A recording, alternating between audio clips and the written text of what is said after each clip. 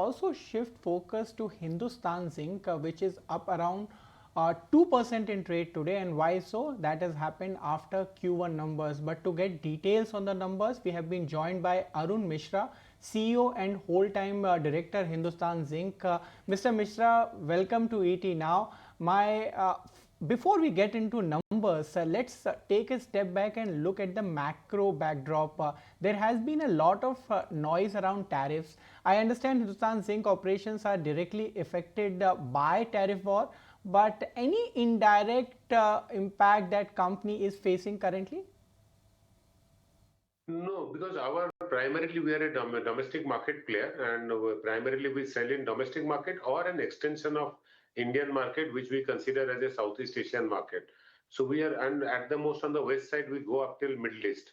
So we are not so much of a big player in Europe or USA or Latin America or some such countries.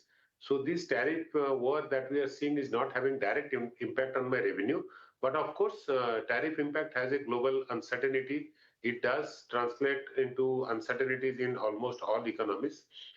Fortunately, Government of India's push for infrastructure, government and India generally have handled the tariff issue fairly well in a very matured manner. So we don't see those shocks coming to Indian market as much as it has gone to other markets. So we are hopeful of India's infrastructure push, growth in steel sector, and will continue to grow in the coming years. I don't see much, but yes, prices have fluctuated, and it is now formed up to $2,800 per ton plus, and we firmly believe that from now till March of next year, it will remain in the range of 2650 to 2850. Right. Mr. Misra, talking about the zinc cost of production, which matters a lot for the business, well, that did fell to $1,010 a ton, which is down around 9% on a year-on-year basis, and that is the lowest ever. Talking about the levels which you did talk about for FY26, if I'm not wrong, the production target was $1,025 to $1,050 a ton, which you were maintaining. Now, are you going to stay with that, or you would want to revisit lower or update that? So we are not revising the cost guidance further, but yes, our push for the cost is towards southwest direction only. So we will try to keep it as close to $1,000 per ton, and that should show, because at the end of the day we have to ensure the volatility or uncertainty in the prices may hit somewhere in Q3 or Q4. So we will, while we'll hope the prices to remain above 2,800, but we should be prepared for a good EBITDA margin and keep the costs close to $1,000 per ton, and we'll do that. We are not revising the guidance, but our efforts continue to be better than that. Mr. Misra, I want to draw your attention towards silver prices, which are touching new highs in global market. How much incremental revenue uptick could we see due to the surge in white metal price?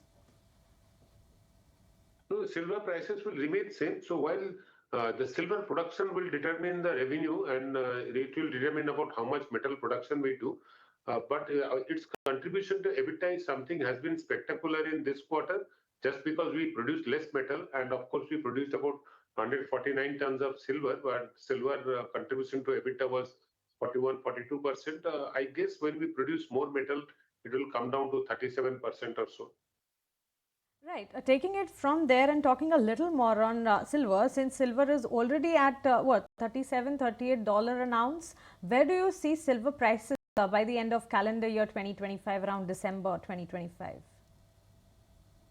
So my study shows that by next year, February, it should go to $41-42 per troy ounce mark. And yes, it is going in that direction only. And with the surge in silver prices, could demand come under pressure, or does industrial demand remain largely inelastic? Of course, demand does come under pressure, but India consumes about 7,000 tons of silver. We produce about 650 to 700 tons. So even if the demand comes under pressure, it would have enough of room for us to supply. So I don't see we getting impacted by demand.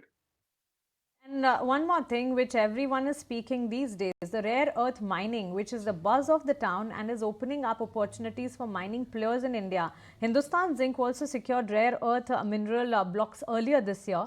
So, what is the roadmap of the company for expanding in rare earth and critical mineral mining segment?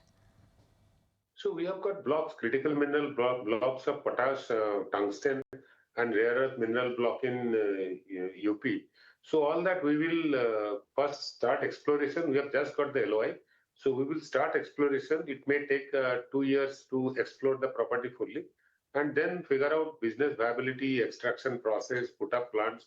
So anywhere between 4 to 5 years is expected before we actually convert these into revenue streams. All right, Mr. Misra, thank you so much